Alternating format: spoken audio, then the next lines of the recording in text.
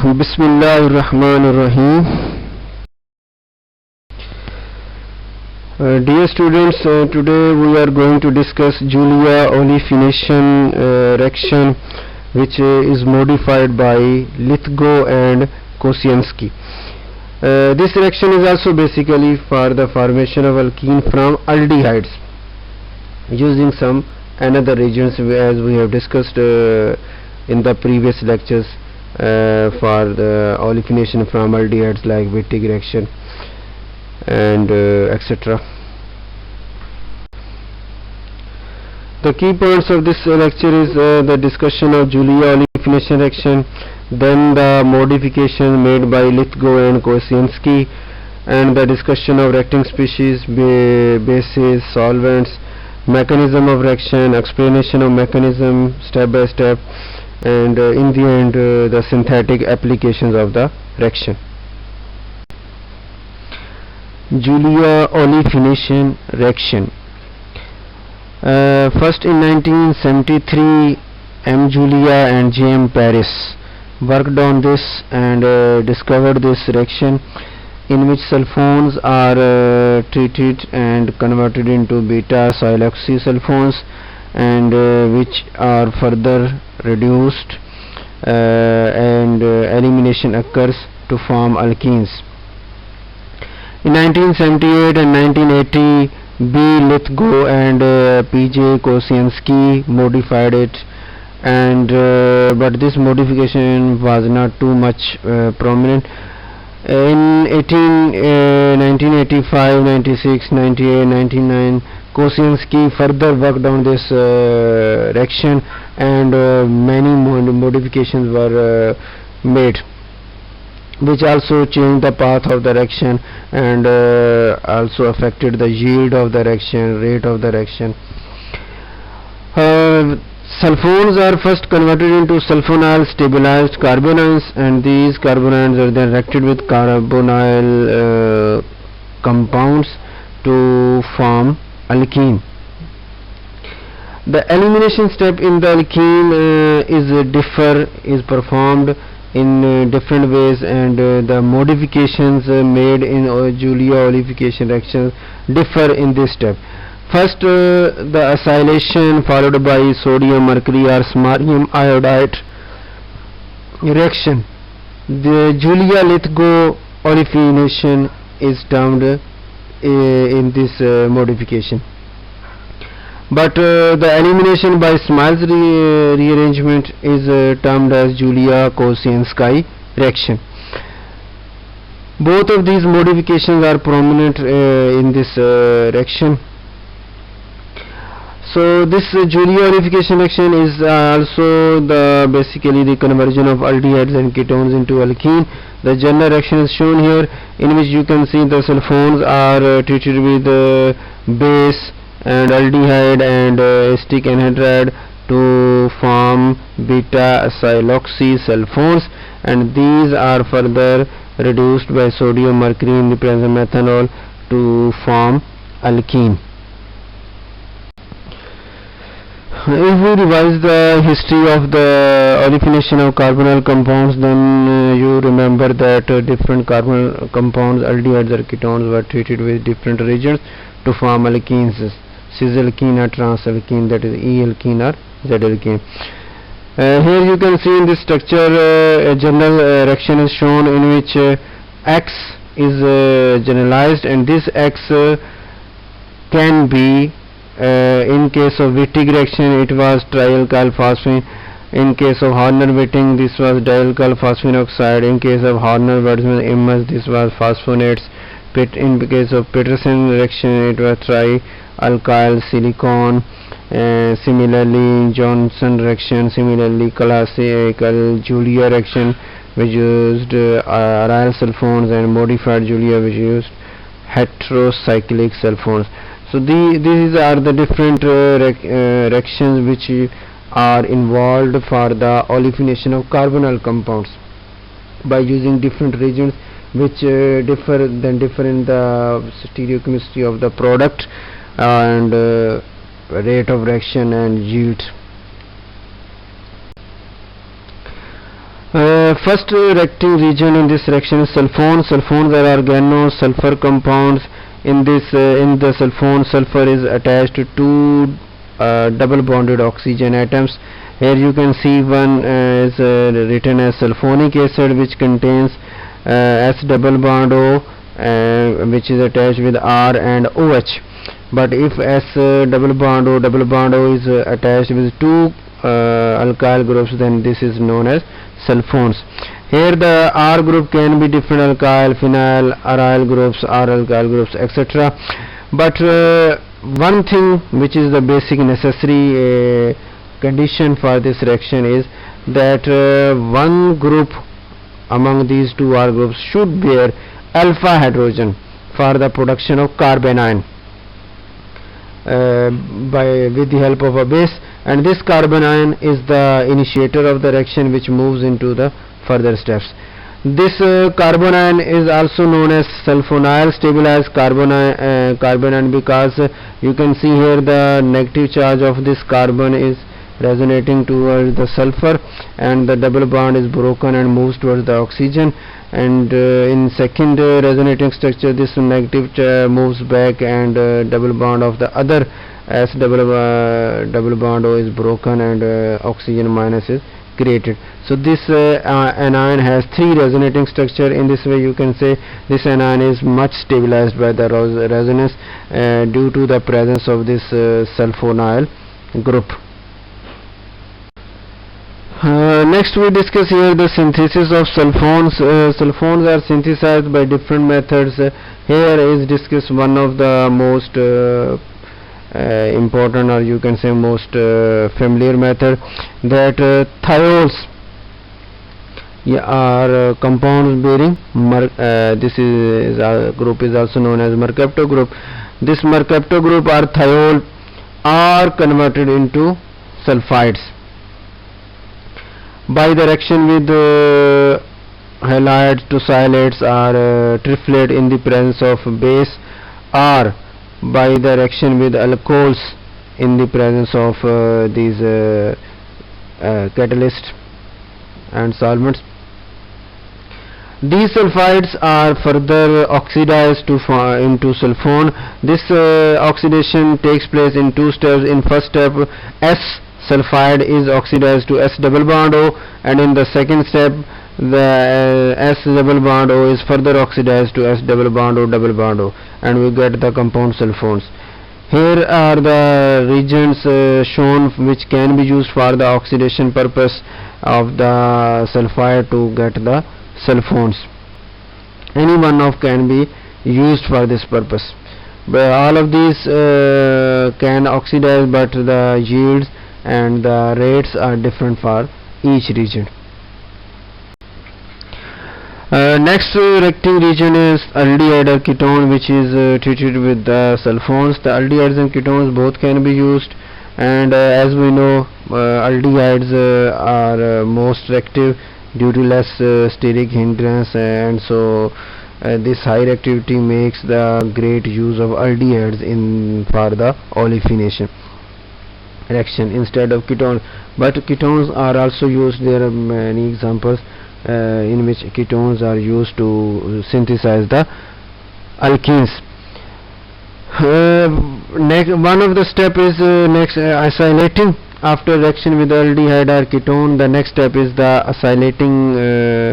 acylation of the region, and this is done by acylating agent. The different acylating agents are used for this purpose.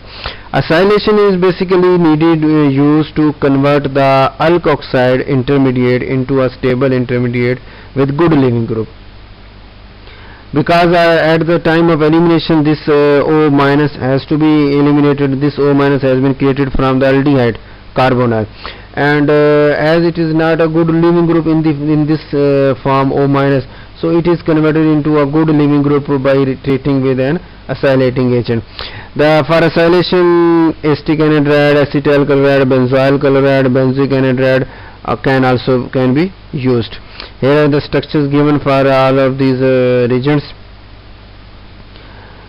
and most of the time for acylation acetic anhydride or acetyl chloride are used due to their high reactivity.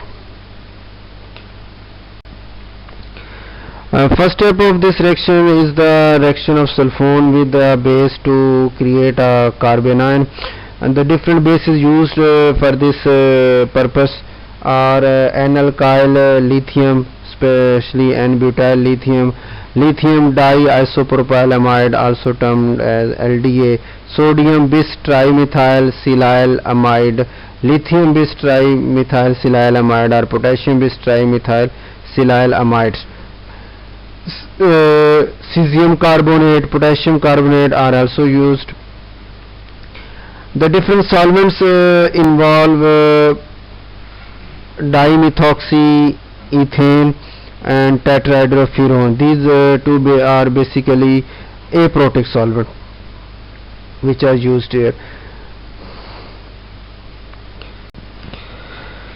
This is the overall reaction mechanism of this olefination, that first sulfones are treated with alkyl lithium as a base, and we get carbanion. This carbanion is acting as a nucleophile, attacks on the carbonyl carbon of aldehyde or ketone, and we get an alk oxide ion. This alk oxide ion is treated with an acylating agent to get a good removing group, good leaving group. This region intermediate is treated with sodium mercury amalgam in the presence of ethanol, and through single electron transfer mechanism we get the alkene. This is the overall mechanism, and now we shall discuss each step of this mechanism in detail. The first step of this mechanism is deprotonation of sulfone. Deprotonation is here shown through N-butyl lithium. Here you can see the lithium is partial positive charge and butyl is partial negatively charged. The sigma electron between these two are moved toward butyl, and then butyl, acting as a nucleophile, attacks on the hydrogen of sulfone. This thing also is the in this can be explained this way, that Bu negative whole with full negative charge as a nucleophile is not created here, but the sigma electron present between lithium and butyl act as a nucleophile through butyl group, which attacks on the hydrogen, and we get butane. The sigma electron moves towards the carbon and sulfur bond, and there is a double bond creation, and then simultaneously the S double bond O is broken, and pi bond is broken, and oxygen gets the negative charge. This negative charge containing intermediate is too much stable due to resonance. Here you can see the three resonating structure. This negative charge is moving towards the sulfur, and the second oxygen gets the negative charge, then that moves back, and then the carbon gets the negative charge, and you can see that this anion intermediate is resonance stabilized.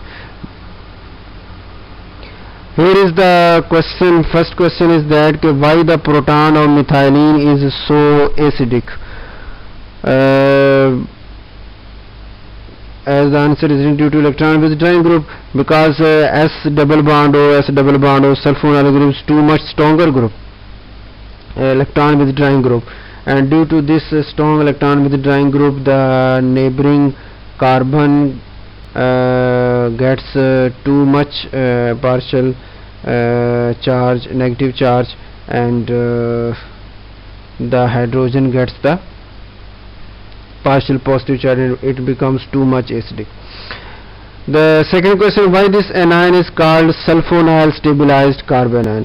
This anion is called sulfonyl stabilized carbanion, as you have seen that this creating anion is the resonating structures of three different types, so therefore it is stabilized by the resonance, and sulfonyl stabilized because sulfonyl group is much involved in this stabilization process.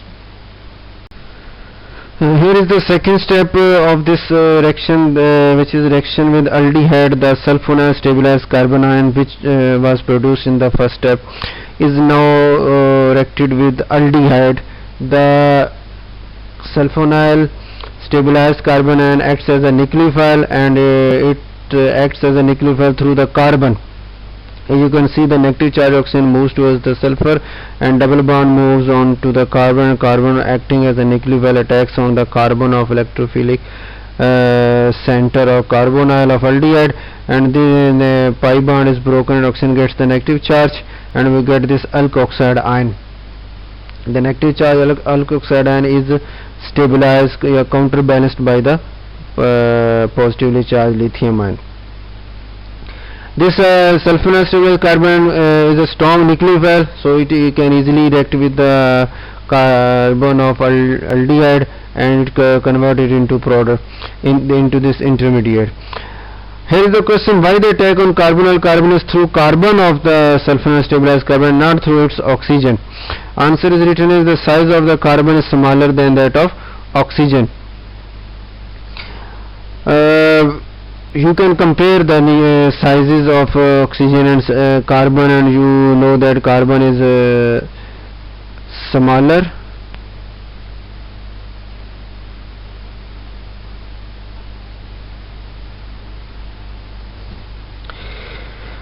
You can see here the size of carbon is greater as compared to that of oxygen. As you know, carbon is atomic number 6, oxygen has atomic number of 8, and in the same, both are in the same period. The size of carbon is greater as compared to that of oxygen, and therefore the carbon will act as a strong nucleophile due to larger size. So the priority of this anion is to attack as a nucleophile through the carbon instead of oxygen. So therefore the attack is through carbon and not through oxygen. And you can see the oxygen is competing with the other oxygen also, so this thing also diminishes the chances of the attack from the oxygen.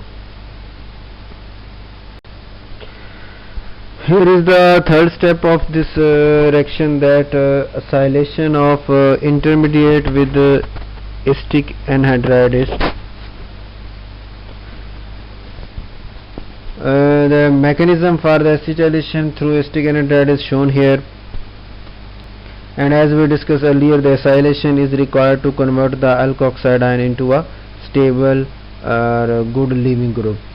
Here you can see the negative charge of alkoxide ion acting as a nucleophile attacks on the carbonyl carbon of this anhydride, and pi bond is broken, oxygen gets the negative charge, and this next step, this oxygen negative charge moves towards the carbon and making again double bond, and the carbon oxygen sigma bond is broken and oxygen gets the negative charge, producing the acetate ion. This acetate ion is counterbalanced by the lithium cation, and we get the lithium salt of acetate ion, and an intermediate compound which contains acetyloxy group at the beta position of the sulfone. Here you can see that this is the sulfone group, and the nearly alpha carbon and then beta carbon is attached with the acetyloxy group. Acylation is preferred to convert the alk oxide intermediate into a stable intermediate with good leaving group, as this acetyloxy group is a good leaving group. When it will be left, it will be converted into acetate ion, which is resonance stabilized and will be easily captured by the medium. Here is a question: what will be the more active, acetyl chloride or acetic anhydride, or which thing we will prefer to react with? If we see the preference for the choice of reactivity, then the scientists choose acetic anhydride instead of acetyl chloride. Although the reactivity of acetyl chloride is higher, is greater, and the reaction is faster as compared to acetic anhydride, but the acetic anhydride is less expensive. Number one, and number 2, it's is less dangerous as compared to that of acetyl chloride.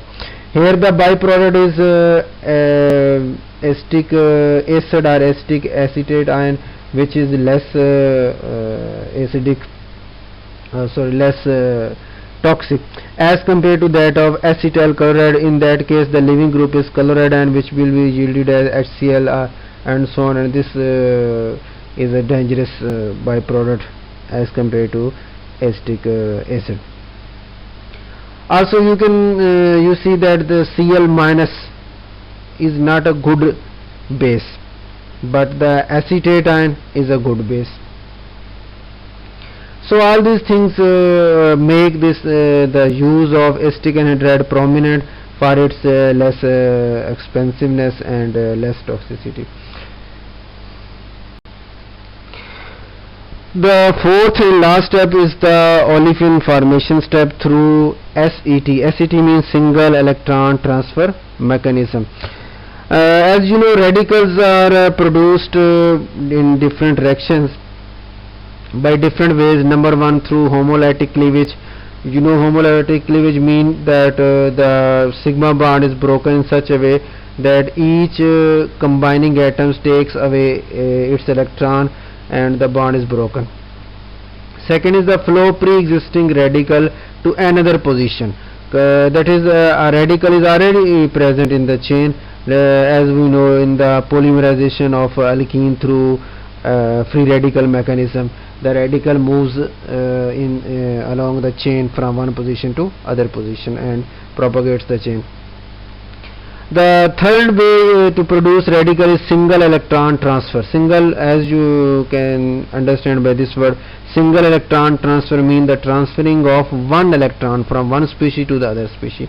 The electron rich species give the electron to the electron poor species. The electron rich species, which is the giver of electron, becomes positively charged, that is, it becomes radical cation, and the receiver, which is gaining the electron, becomes negatively charged, and it is called radical anion. Here you can see the example that R and R prime are electron combined in such a way that one electron is moved from R to R prime, and R gets a radical and positive charge, and R prime gets a radical with negative charge. So these are called radical cation and radical anion. Alkali metals, that is group 1 metals, are the famous for this kind of chemistry, and most of them, mostly lithium, potassium, sodium are used from this group for this purpose. Here, if M is for the metal of first group, and you know that they have one valence electron, one electron in the valence shell. This one electron is given to the second member, and this metal gets the positive charge with no odd number of or unpaired electron.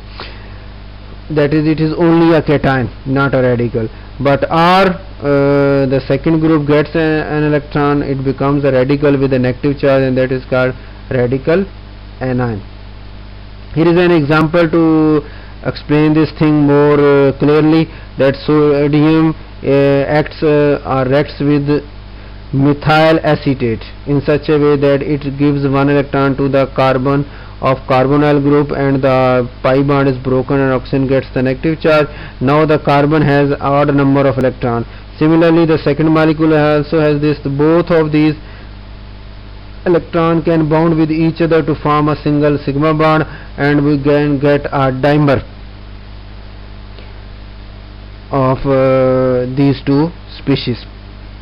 So this is the basic theme of the single electron transfer transfer reaction, and in next slide we discuss our reaction, which is involving this single electron transfer mechanism. This is the mechanism for single electron transfer for our reaction, that the sodium metal reacts with methanol, forming an alkoxide ion. This alkoxide ion takes away a proton from the intermediate which was synthesized in the last step, and the 2 electron of sigma bond moves towards the carbon-carbon sigma bond and makes it double bond, and the acetyloxy group moves away as a leaving group. In the next step, this alkene is treated with sodium metal in such a way that 1 electron of sodium is transferred to the 1 electron of sulfur. Here you can see the arrow that the 2 electron pi bond between sulfur and oxygen is broken, and 1 electron moves towards the sodium for the formation of bond there, and 1 electron moves to the sulfur. And in next step you see that sulfur contains an odd number of electrons, that it becomes a radical, and the oxygen gets a negative charge because it gains 1 electron from the sodium, so it gets a negative charge and sodium gets positive charge, and we get a salt in which sulfur has a odd number of electron or a radical. And in the next step, the sigma electron present between sulfur and carbon or moves in such a way that sulfur takes its own electron back and it gets a neutral molecule, and the carbon of the alkene gets its odd number of electron in the form of free radical. Another sodium metal comes and gives 1 electron, odd electron, to this carbon, and carbon becomes negatively charged and sodium becomes positively charged. This negative charge moves in such a way that the hydrogen of this alkene, or you can say this negative charge moves or attacks on the methanol molecule, from which it abstracts 1 proton towards itself, and it gets the hydrogen on this. With we get an alkene on which 2 R groups and 2 hydrogens are present, and the methanol molecule is converted into methoxide. This negatively charged oxygen is balanced by the sodium ion which was produced in the last step. I mean here in this slide here sodium radical is converted into sodium ion at the second step. This sodium ion is counterbalancing this methoxide ion. If we see the stereochemistry of this reaction, stereochemistry of alkene is independent of the stereochemistry of the sulfone intermediates. That is, the sulfone intermediate stereochemistry has no effect on the stereochemistry of the alkene. The reason is that the cis and trans vinyl radicals, as you have seen here, can equilibrate, and the trans radical is more thermodynamically stable of the two, so it is formed in major proportion or mostly. Both diastereomeric acetoxy sulfones led selectively to the same product, that is E alkene. Here you can see again the cis free radical and then the trans radical, but as they can equilibrate with each other, and the trans product is more thermodynamically stable, so it is formed in major proportion, and we get the product according to its configuration, and it is mostly E alkene. Here is the first modification of Julia olefination, that Sylvestre Julia olefination. This Sylvestre Julia is another scientist. The first reaction which we have discussed was also named after the Julia, called Julia olefination, and this reaction modification is also by the same named scientist, but the suffix is different, that is Sylvestre Julia olefination. It is another scientist. This is a modification of the classical Julia olefination reaction, that is the replacement of phenyl sulfones with heteroaryl sulfones. The basic difference between these two reactions is that in case of classical Julia we used simple phenyl sulfones. But in this Sylvestre Julia olefination reaction, here we use heteroaryl sulfones, and due to this heterocyclic aryl sulfone, the pathway of the reaction is changed dramatically. First, benzothiazole sulfone was used and treated with lithium diisopropylamide as a base, which created its carbanion, which reacted with aldehyde or ketone to form an alkoxide. Unlike the phenyl sulfones, because in case of phenyl sulfone, the alkoxide was treated with acetic anhydride to make it good leaving group, and then it was treated with sodium or sodium mercury amalgam through single electron transfer mechanism, and we get the alkene. But here this intermediate 2 undergo Smyle's rearrangement, and we get sulfinate salt. That is, 2 steps have been eliminated from the last mechanism, and we get the product. This sulfinate salt product, a mixture of E and Z alkenes are obtained. The reality is this, for this variation of E and Z alkenes, that benzothiazole variation does not involve equilibrating intermediates. So stereochemical outcome is a result of the stereochemistry of initial carbonyl addition. If that was cis addition or E addition, then we get the E alkene product. If it was Z, then we get the Z alkene product.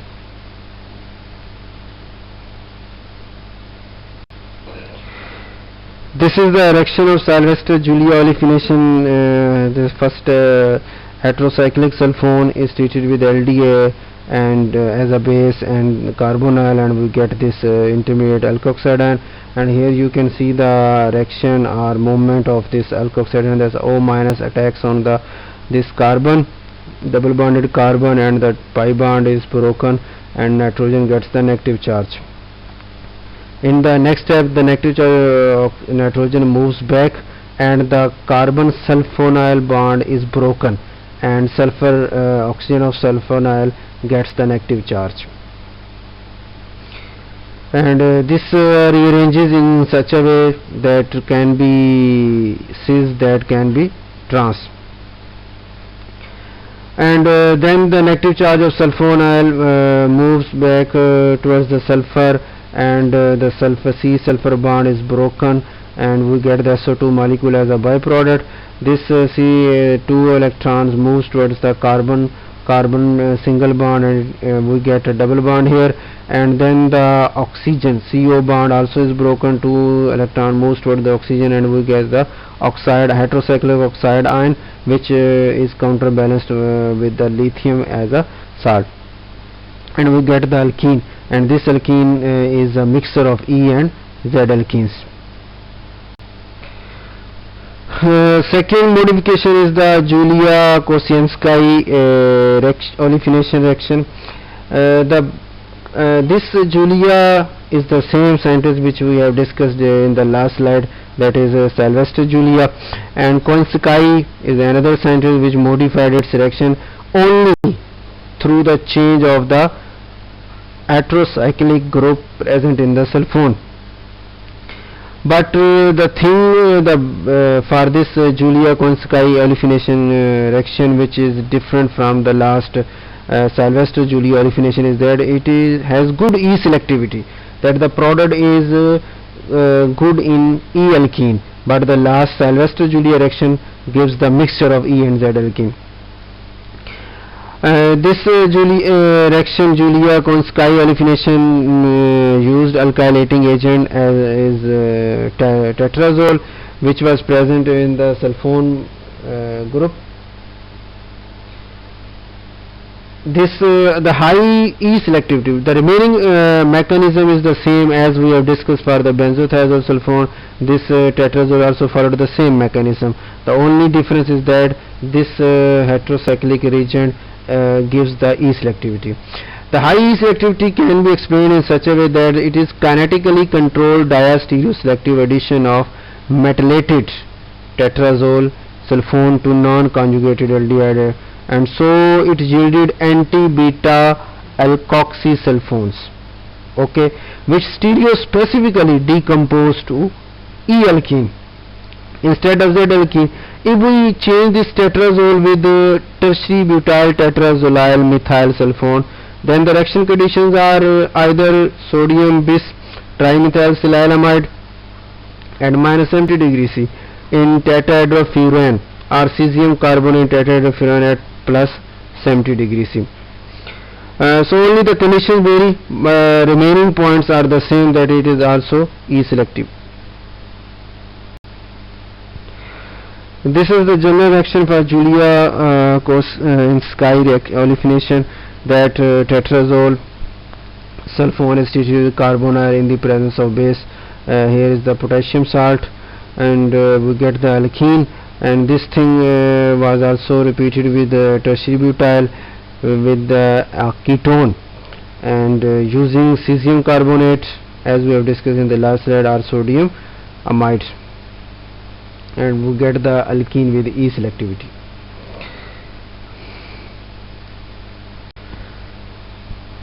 Here is given some experimental procedure for this Julia-Kocienski Olefination.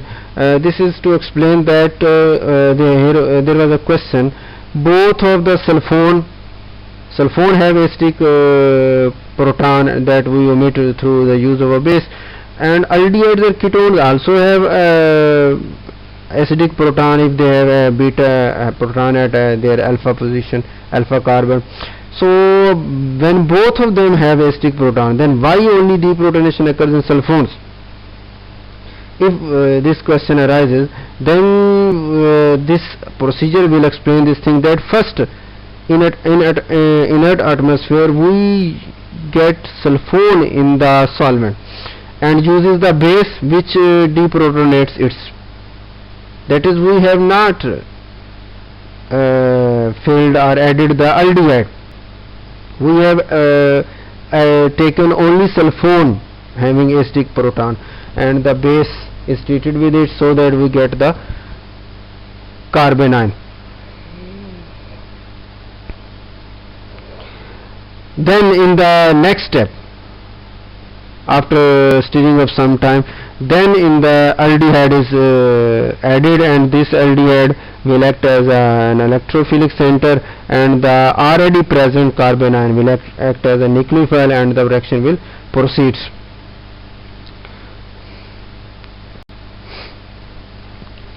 Here is some synthetic applications of this reaction. First is the synthesis of Pterostilbene, which is used as an anti-diabetic drug, and this is prepared through the reaction of a sulfone with an aldehyde, aromatic aldehyde. In the conditions which we have discussed, it uses the base of potassium carbonate in methanol, and we get the drug of anti-diabetic drug. Second is the synthesis of precursor for Julia-Statin, which is used in antibiotic. This the region, the compound shown here is the precursor, which is further converted into this drug after reactions of some steps. Here you can see also, first is the sulfone shown with having alpha hydrogen, and is treated with an aldehyde, and we get a double bond. The aldehyde already contain a double bond, and we get another double bond, so conjugation is created here.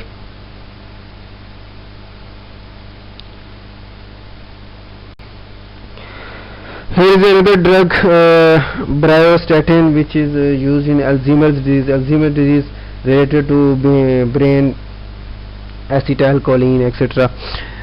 And here you can see the reaction of first the reagent you are seeing reacts with the second reagent having sulfone, and both of them are treated in the presence of a base and tetrahydrofuran, and we get the product intermediate, this which is converted into the final drug after too many steps.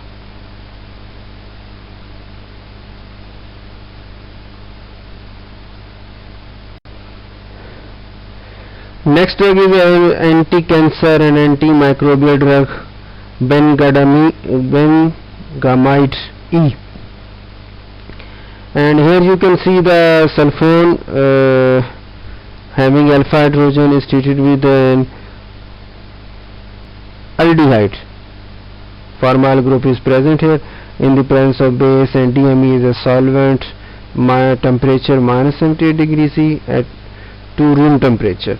Room temperature means first that we use the region at minus 78, then slowly the temperature is moved to the room temperature. The percentage is 62%, and we get the intermediate, which is further treated with many steps, and we get the final product of anti-cancer antimicrobial drug. Next drug is anti-tumor Herboxidiene, and this drug is also prepared after too many steps, and we are discussing here only simple steps which are involved and are related to our this reaction. First here is the aldehyde is treated with a tetrazole sulfone and in the presence of a base, and we get a double bond alkene, and this alkene is treated with too many steps, and we get a final product which is also contains an aldehyde group, and this aldehyde group is further treated with a heterocyclic sulfone, which converted into an alkene, and we get a conjugated double bond. This you can see the red colored yields. First step 93% yield, and this second step is also 81% yield. So the yield of this reaction, actually Julia-Kocienski reaction, is very good. Here you can compare the reaction of this drug through the yield using different bases, different solvents, different temperatures. The drug is antifungal Ambruticin, and here you can see the aldehyde group is treated with sulfone, and we get the alkene product. Here you can see the metals use sodium, potassium, lithium, and the solvent is tetrahydrofuran DMF, DME, and also mixture DME and chronether THF and HMPA.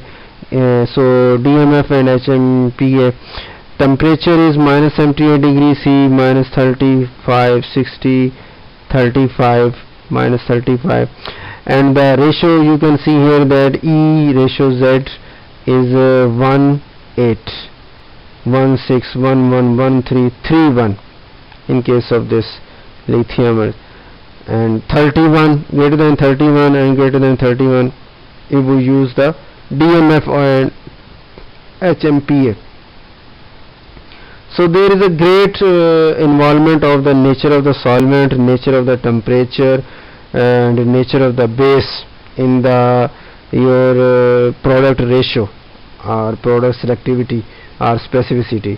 So it should be kept in mind while taking these reactions, that which base should be used, which solvent should be used, and which temperature should be maintained for the reaction, so that we can get our desired product up to maximum yield. This is the anti-cancer drug Okadaic acids. I think there are too many examples have been given, so this is the last one for this reaction. And here you can see the sulfone having alpha hydrogen, and on the other hand there is aldehyde, both are treated, and we get the double bond between these two species, and the resulting drug is used as an anti-cancer agent. So all of these examples are only to show you the importance of this reaction, the different conditions of this reaction in which this reaction can be performed, and the conditions which can be varied by the different actually these examples are the work of different scientists which they have performed with different conditions with specific results, and I am not mentioning here the references of those research papers, but only to see you, to make you to realize you that what is the going on for these reactions, and the conditions, the nature of conditions, what is the role of conditions, and other things also. So this is the all about of today's lecture, and thanks.